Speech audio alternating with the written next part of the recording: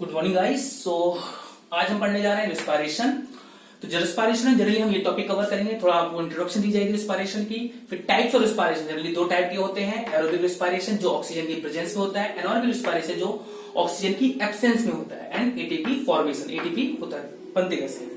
तो generally respiration क्या होता है आपको जनरली पता है। डिफरेंट एक्टिविटीज आपके सेल के अंदर चलती है, इनसाइड द बॉडी चलती है। हम बात कर रहे हैं, खेल रहे हैं, कूद रहे हैं, चल रहे हैं, हर एक चीज के लिए क्या चाहिए? एनर्जी चाहिए। और एनर्जी आपको जनरली कहां से मिलती है? फूड से।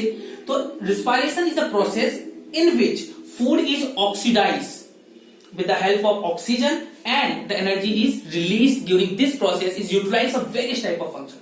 Respiration वो प्रोसेस है जिसमें हम फूड को बर्न करते हैं, उसको जलाते हैं, उसकी हेल्प से एनर्जी प्राप्त करते हैं और उस एनर्जी को इस्तेमाल करते हैं डिफरेंट एक्टिविटीज के लिए। चाहे वो सेल के अंदर डिफरेंट प्रोसेस चल रहे हैं उसके लिए, या हम बात कर रहे हैं, चल रहे हैं, खेल रहे हैं, कूद रहे हैं, हर चीज के लिए जो एनर्जी निकलती है वो रिस्पायरेशन प्रोसेस के थ्रू ही आती है। तो अगर हम इसकी डेफिनेशन दें तो रिस्पायरेशन इज व्हाट, क्या होती है respiration?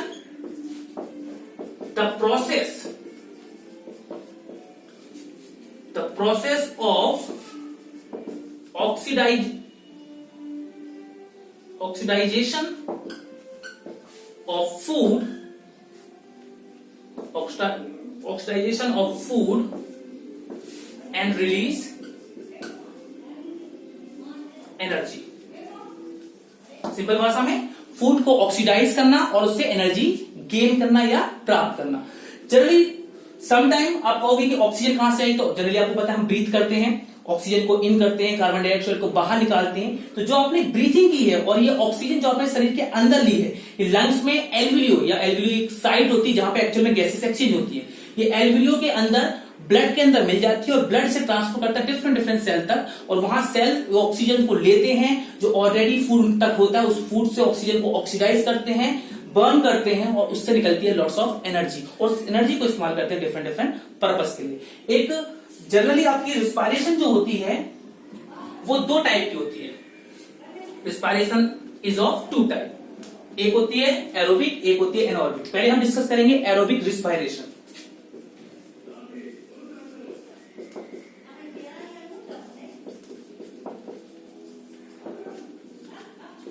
So as already indicate, aerobic respiration are those respiration which take place in presence of oxygen, जिसमें ऑक्सीजन की जरूरत पड़ती है फूड को बर्न करने में, उसे हम कहते हैं aerobic respiration. For aerobic respiration आपके अंदर, हमारे अंदर एरोबिक रिस्पायरेशन होती है। और वैसे हम केमिकल इक्वेशन लिखें तो एरोबिक रिस्पायरेशन आपको पता है, सबसे पहले फूड जो आपको ग्लूकोज है, ये सबसे पहले आपका कन्वर्ट होता है पायरावेट में, 2 मॉलिक्यूल्स ऑफ पायरावेट या पायराविक एसिड में। और ये प्रोसेस ग्लूकोज का कन्वर्ट होना पायरावेट के अंदर, ये प्रोसेस होता है साइटोप्लाज्म के अंदर। इसके अंदर होता है साइटोप्लाज्म के अंदर, और इस प्रोसेस का नाम भी है, इस प्रोसेस को हम कहते हैं ग्लाइकोलाइसिस, मतलब break down of glucose. Glycolysis, the breakdown of glucose into a pyruvate is called glycolysis, which is take place inside the cytoplasm of a cell. Then this pyruvate molecule in presence of oxygen, इसकी presence में, oxygen की presence में कहां पे? Mitochondria के अंदर, क्योंकि आपको पता है एनर्जी वहीं जनरेट होती है। ऑक्सीजन की प्रेजेंस में माइटोकॉन्ड्रिया के अंदर ये आपका पायरुवेट टूट जाता है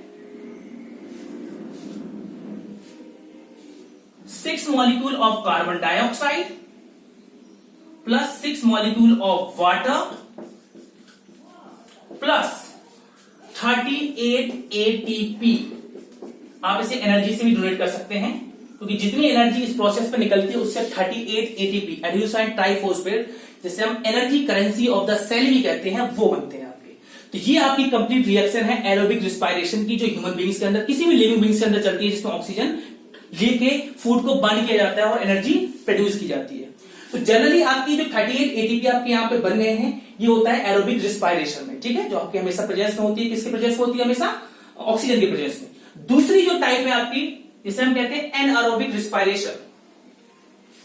एनएरोबिक मतलब इन एब्सेंस ऑफ ऑक्सीजन, मतलब इसमें ऑक्सीजन की इन्वॉल्वमेंट बिल्कुल भी नहीं होती, ठीक है।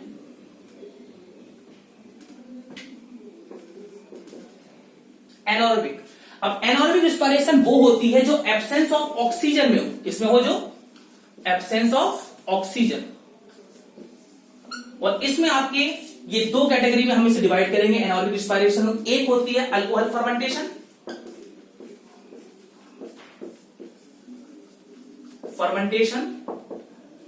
जिसमें अल्कोहल को बर्न किया जाता, अल्कोहल बनता है जिसमें एक्चुअली अल्कोहल फर्मेंटेशन को आप फर्मेंटेशन बाय ईस्ट भी कह सकते हैं।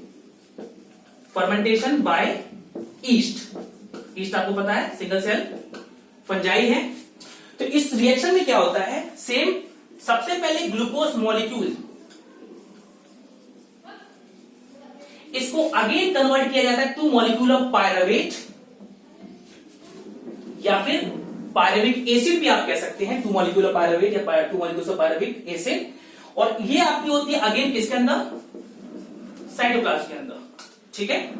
There after in absence of oxygen, absence of oxygen, oxygen की एब्सेंस में इस ग्लूकोज मॉलिक्यूल को कन्वर्ट कर दिया जाता है two molecules of ethanol. Ethanol alcohol का नाम है ethanol, two molecules of ethanol. Drinking purpose के लिए जो अल्कोहल यूज होता है उसे इथेनॉल कहते हैं। Two molecules of ethanol plus two molecule of CO2 plus carbon dioxide and two molecules of ATP।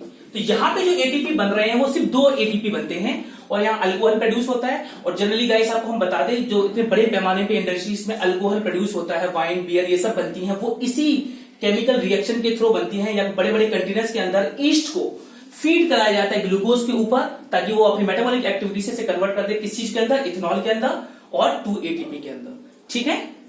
एक और कैटेगरी आपकी होती है इसमें लैक्टिक प्रोडक्शन, ये अल्कोहल फर्मेंटेशन है। लैक्टिक फर्मेंटेशन भी आप कह सकते हैं, जिसमें लैक्टिक एसिड बनता है, लैक्टिक फर्मेंटेशन।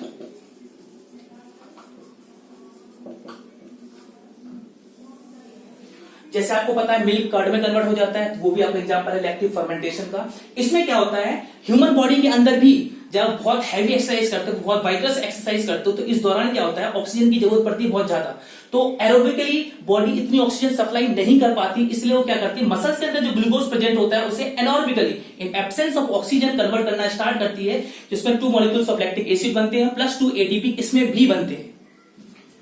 तो लैक्टिक फर्मेंटेशन की इक्वेशन जनरली स्टार्टिंग उसी से होगी, H12O6 जो आपका ग्लूकोज है, ये फर्स्ट अगेन कन्वर्ट होगा पायरावेट एसिड में, जैसे प्रीवियस रिएक्शन में हुआ है। और absence of oxygen, again absence of oxygen में ये आपका बनाएगा 2 molecules of lactic acid, 2 molecules of lactic acid plus 2 ATP। इसमें भी एनर्जी कितनी निकल रही है भैया, 2 ATP निकल रही है, ठीक है। तो ये दोनों रिएक्शन में 2 ATP निकलती है जब भी अल्कोहल एनारोबिक रिस्पायरेशन होती है, इन absence of respiration, in absence of oxygen होती है, तो हमेशा 2 ATP बनते हैं। लेकिन एरोबिक रिस्पायरेशन हमेशा 38 ATP बनते हैं। अब लैक्टिक एसिड जो आपका ये मसल के अंदर जो ग्लूकोज है, जब हैवी एक्सरसाइज करते हो तो वहां वो कन्वर्ट होना स्टार्ट हो जाता है anaerobically into molecules of lactic acid and ATP। अब ये जो 2 मॉलिक्यूल्स आपका लैक्टिक एसिड का है, ये आपको जनरली मसल्स के अंदर लेके आता है क्रैम्प, दर्द, मरोड़न, जिससे काफी ज्यादा आपको पेन होता है इस लैक्टिक एसिड की वजह से। तो इस दौरान अगर आप इसको मसाज करते हैं या हॉट वाटर से नहाते हैं, इसकी मालिश करते हैं, तो अगेन आपका ये लैक्टिक एसिड टूट जाता है वाटर और कार्बन डाइऑक्साइड में, और तब जाके आपको इससे मिलती है राहत। आपने बहुत सारे क्रिकेट मैचेस में देखे हैं क्रैम्प आ जाते हैं मसल्स के अंदर, तो जनरली इस लैक्टिक एसिड की वजह से होता है, जो हैवी एक्सरसाइज के दौरान आपका कन्वर्ट हो जाता है मसल के ग्लूकोज इंटू लैक्टिक एसिड में। अब एक चीज आपको यहां बतानी जरूरी है, वो ये है कि आपकी ATP कैसे बनता है।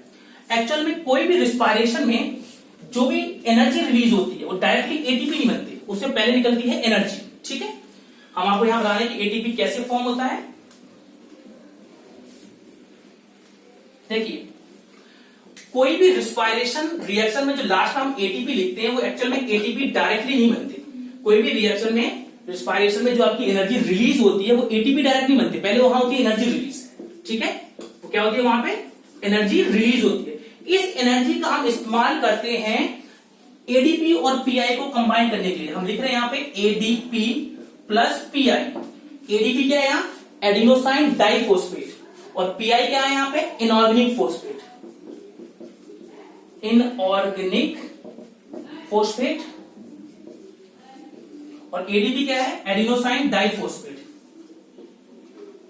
एडिनोसाइन डाइफॉस्फेट, ये molecule plus inorganic phosphate plus respiration से जो एनर्जी मिली है वो, रिस्पायरेशन से जो एनर्जी मिली है वो, इन सब की हेल्प से आपका बनता है molecule ATP, adenosine diphosphate, sorry triphosphate, T है ना, ट्राइफॉस्फेट, ट्राइफॉस्फेट, एडिनोसाइन ट्राइफॉस्फेट, ये जिसे हम एनर्जी करेंसी ऑफ सेल भी कहते हैं, ये आपकी एटीपी जब बना ली जाता है इस एनर्जी की हेल्प से, एडीपी पीआई को कंबाइन करके, तो इस एटीपी को स्टोर कर लेते हैं हम सेल के अंदर, और जब सेल को जरूरत पड़ती है, बॉडी को जरूरत पड़ती है एनर्जी को, तो इसी एटीपी को अगेन रिवर्स रिएक्शन के द्वारा हम दोबारा से तोड़ देते हैं।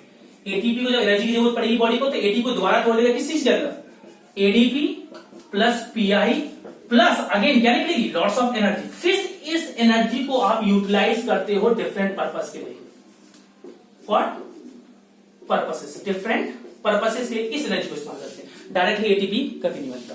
तो यहां पे आपका रिस्पायरेशन का ये टॉपिक ऑलरेडी कवर हो गया है। Thank you very much.